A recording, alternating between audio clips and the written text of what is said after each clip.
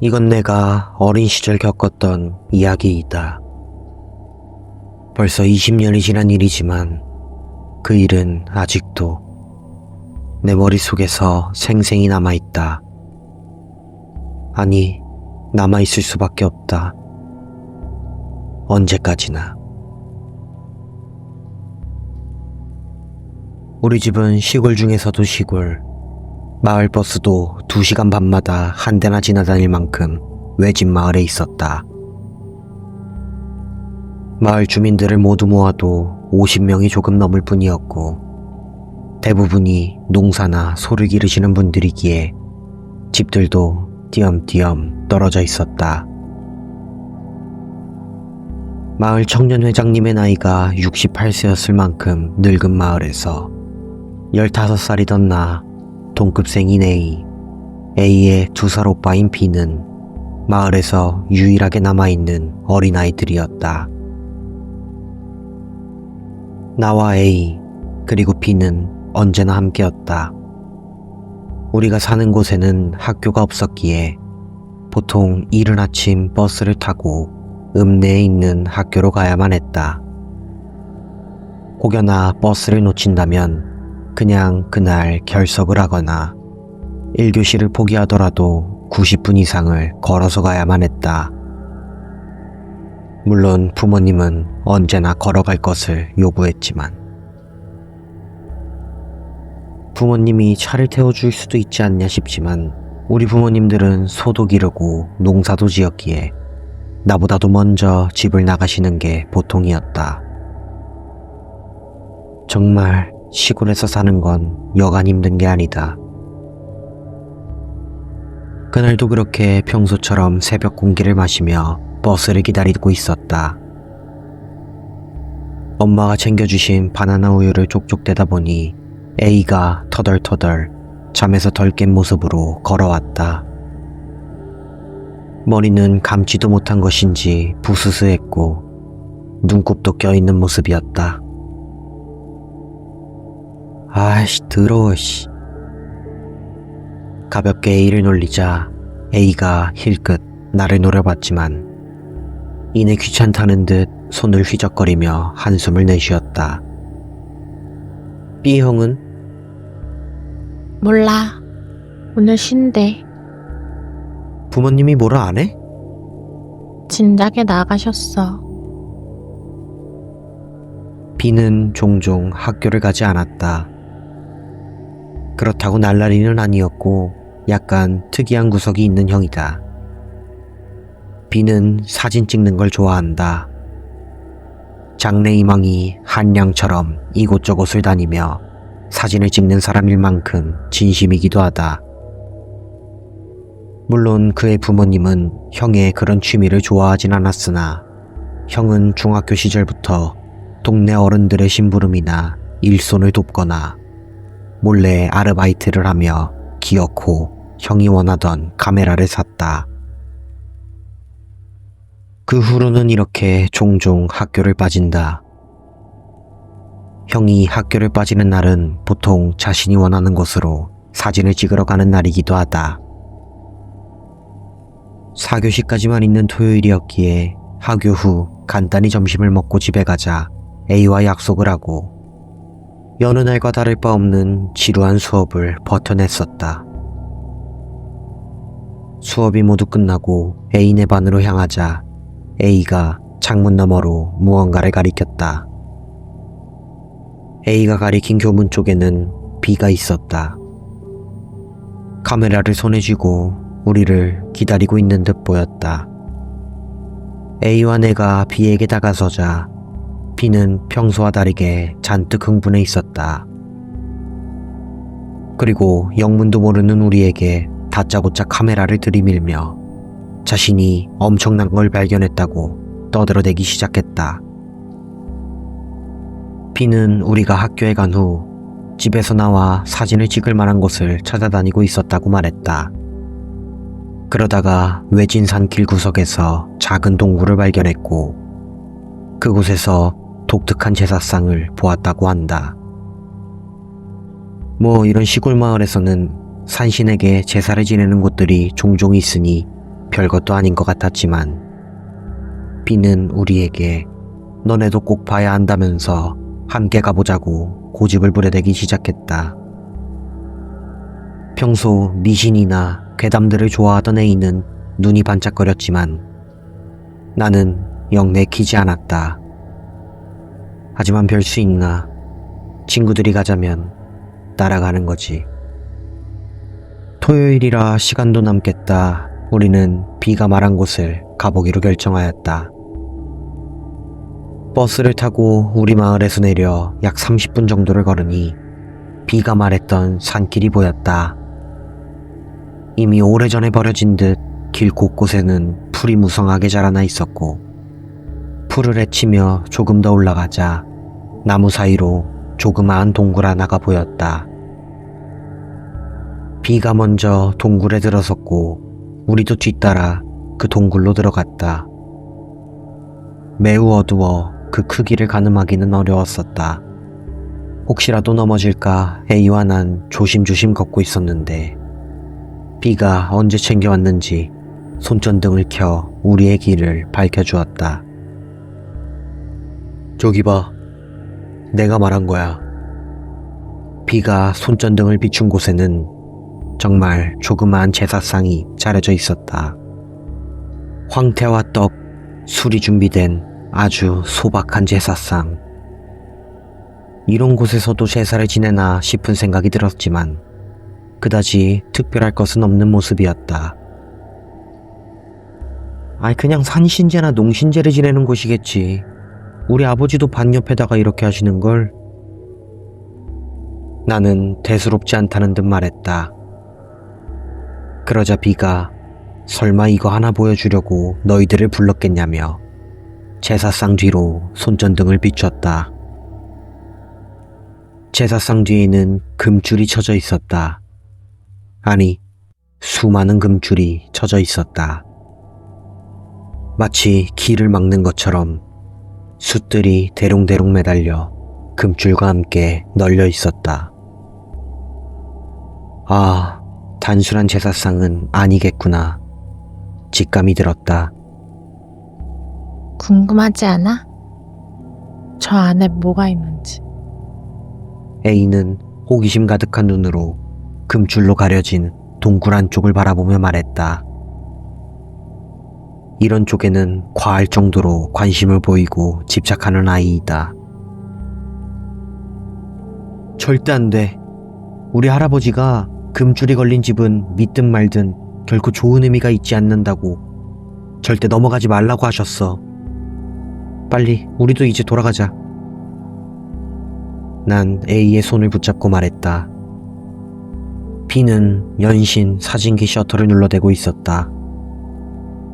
A는 B가 들고 있던 손전등을 낚아채 금줄 안으로 손전등을 이리저리 비춰보았다. 손전등을 금줄 틈 사이사이로 넣어봐도 어째서인지 그 안쪽으로는 빛이 들어가지 않았다. 말은 좀 안 되지만 마치 금줄 너머 공간이 빛을 반사하는 것처럼 전혀 무엇이 있는지 볼 수 없었다. 아, 이상하잖아. 이런 곳에 제사상이 있고 금줄도 쳐져 있으면 그냥 돌아가는 게 맞아. 아, 어서 가자. 아, 나중에 어른들한테 물어보면 되잖아. 뭘 해도 뭔지는 알아야 하는 거지.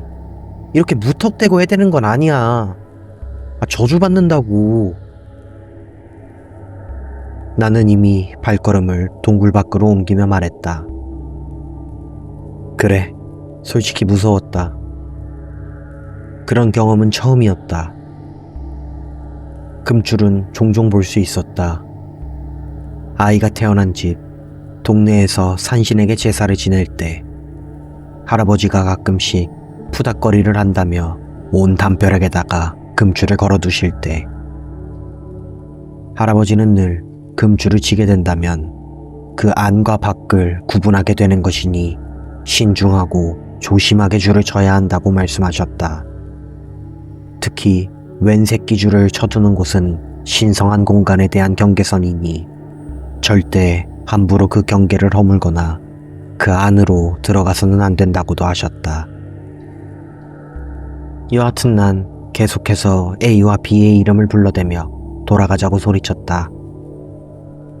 B는 만족할 만큼 사진을 찍은 것인지 싱글벙글하였지만 A는 무언가 고민하는 표정을 짓고 있었다. 야, 정신 나간 생각하지 마. A가 쑥 하고 금줄 안으로 몸을 넣었다.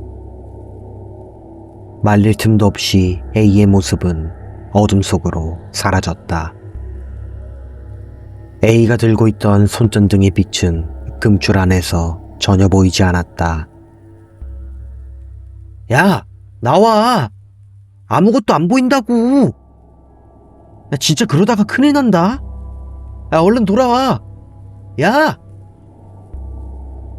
아이, 괜찮아. 쟤 원래 저런 거 좋아해. 별일 나겠냐? B는 태평하게 제사상 사진을 이리저리 찍어대며 내게 말했다. 미친놈들.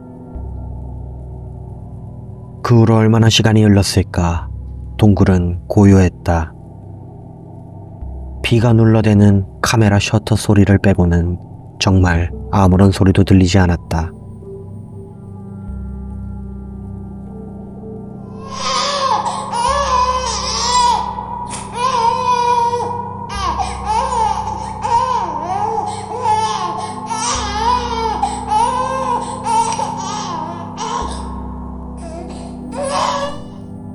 침묵을 깨고 들려온 소리. 도무지 이해가 안 가는 저 소리. 울어대는 아기의 울음소리. 이해할 수 없었다. 금줄 너머에서는 아기의 울음이 터져나오고 있었다. 태평하던 비도 순간 움찔거렸다. 나는 두려움에 눈물이 차오르고 있을 정도였다. 야, 이 우라질 놈들아!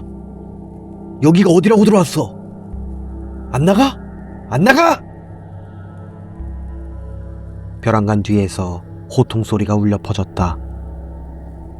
동굴 밖에는 중년의 남성이 서 있었다. 잔뜩 화가 난 표정으로 우리에게 소리를 지르고 있었다. 아저씨, 그게 아니라 저기 제 친구가 저기 있거든요? 나는 금줄 너머를 가리키며 아저씨에게 말했다. 말이 끝나기 무섭게 아저씨는 나와 B의 멱살을 움켜잡고 동굴 밖으로 끌어냈다. 미친 새끼들. 아저씨는 침을 퇴하고 뱉더니 곧장 금줄 너머의 어둠으로 들어갔다. A와 마찬가지로 아저씨의 모습을 볼 수 없었다. 두려웠다. 조금 지나자 아저씨는 A를 업고 동굴 밖으로 나왔다. A는 팔다리가 축 처져서 기절한 것처럼 보였다. 한마디도 하지 마. 물어보지도 말고. 집이 어디인지나 말해. 고압적인 말투, 험악한 표정, 동굴에서 느꼈던 그 공포감. 아저씨는 곧장 우리를 차에 태워 집으로 데려갔다. 집에 도착했을 때는 이미 저녁이었다. 아저씨는 나와 A의 가족들에게 무언가를 열심히 말하고 있었다. 처음에는 잔뜩 화가 난 아저씨의 표정을 보고 당황하던 가족들의 얼굴이 점점 굳어지기 시작했다. A의 어머니는 풀썩 주저앉아 흐느끼기 시작하였고 그 옆에 있던 B는 아버지에게 연신 따귀를 맞아대고 있었다. 나의 부모님은 내게 달려와서 연신 너는 안 들어갔지? 그래. 너는 아무것도 안 했지? 괜찮아. 네 잘못 아니야. 정말 아무것도 몰랐던 거지? 라며 질문을 던져댔다. 아무 말도 할 수 없었다. 이 상황 자체가 이해가 되지 않았다. 그날 밤 할아버지는 급하게 동제 준비를 하였다. 할아버지와 함께 오랜 시간 동제를 지내본 사람들이 모두 모였고 급하게 마을 이곳저곳에는 금줄이 쳐지기 시작했다. 마치 무언가를 막아내려는 듯 평소와는 다른 분위기의 동제였다. 나는 집에서 한 발자국도 나갈 수 없었다. 이 모든 게 두려웠다. 나만 알지 못하는 무언가를 어른들이 알고 있고 나는 알 수 없는 잘못을 저질러 A가 벌을 받고 있는 것이라 생각했다. 이윽고 온 마을에서 꽹과리 소리가 울려 퍼졌다. 그리고 왜인지 그 아기 울음소리가 섞여 들리는 것 같았다.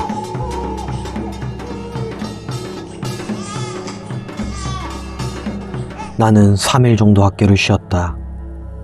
그 3일 동안 내 방 밖으로는 나갈 수 없었다. 내 방은 마치 그 동굴처럼 수많은 금줄들이 젖어 있었으며 A의 집도 마찬가지였다. 모든 것들이 끝났을 때 할아버지가 내 방으로 들어오셨다. 매우 지친 모습의 할아버지는 털썩 내 앞에 앉으시더니 빤히 나를 바라보며 한숨을 내뱉었다. A는 이제 볼 수 없을 거다. 그렇게 난 더 이상 A를 볼 수 없었다. 그 후로는 특별한 일은 없었다. 아무 일도 없었던 듯 그저 평범한 날들의 연속이었다. 그렇게 시간이 흘러 지금의 나이가 되어서야 난 A가 어떻게 되었는지 알 수 있었다. 오랜만에 만난 B는 턱수염을 잔뜩 기른 멋진 사진가가 되어 있었다. B는 그날 이후로 학교를 때려치고 도시로 올라가 사진을 배웠다고 한다. 자신이 모든 일의 원흉이었다는 죄책감도 심해 우울증도 왔었지만 최근에는 많이 좋아졌다고 한다. A는 그날 이후로 복지센터로 보내지게 되었다고 한다. 그날 A가 다시 일어났을 때 A는 그 동굴에서 들었던 아기 울음소리와 똑같이 울어댔다고 한다.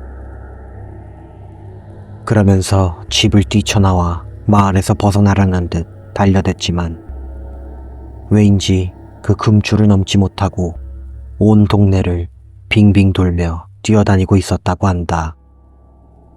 모든 것이 끝났을 때 A 역시 더 이상 울지 않았지만 혼이 나간 사람처럼 아무것도 먹지도 잠을 자지도 말을 하지도 않는 폐인이 되어버렸다고 한다. A는 더 이상 마을에서 살 수 없는 몸이었고 여러 마을 주민들과 우리 할아버지의 조언을 받아 먼 지역에 있는 복지센터로 보내지게 되었다고 했다. 할아버지가 돌아가시기 2년 전쯤 내게 알려주셨다. 두루뭉실하게 말씀하셨기에 아직까지 제대로 이해했는지는 알지 못한다. 한 가지 확실한 건 그 금줄은 그날 내 방을 가둬놓은 것처럼 A가 마을 안에서 벗어날 수 없었던 것처럼 그 동굴의 금줄은 안에 있는 것이 밖으로 나오지 못하게 하는 경계였던 것이다. B가 찍어대던 그날 그 동굴의 사진들 이미 태워버렸다고 하지만 B가 말하길 사진에는 금줄 너머에서 흐느적거리며 춤을 추고 있는 A의 사진이 잔뜩 찍혀 있었다고 한다.